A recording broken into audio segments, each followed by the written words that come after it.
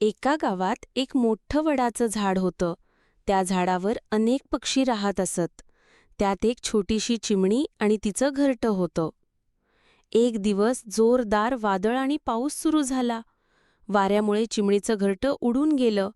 चिमणी खूप दुःखी झाली आणि झाडाकडे गेली. चिमणी म्हणाली, "वडाबाबा, माझं घरटं उडून गेलं. मला थोडी जागा दे."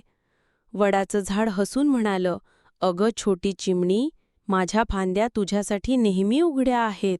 तू इथे हवं तिथं घरटं बांध." चिमणीने परत झाडावर घरटं बांधलं. काही दिवसांनी वडाचं झाड कोरडं पडायला लागलं.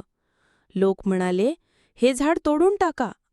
चिमणी आणि बाकीच्या पक्ष्यांनी गावकऱ्यांना विनंती केली, "कृपया हे झाड तोडू नका. यांनी आम्हाला आश्रय दिला आहे." गावकऱ्यांनी विचार केला आणि झाड जपण्याचा निर्णय घेतला.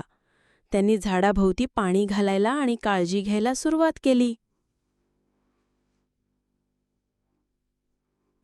काही महिन्यात झाड परत हिरवंगार झालं. शिकवण: निसर्ग आपल्याला आश्रय देतो, आपणही त्याची काळजी घेतली पाहिजे. मदत केल्याने मदत परत मिळते. तुम्हाला व्हिडिओ आवडला असेल तर लाईक आणि सबस्क्राईब नक्की करा.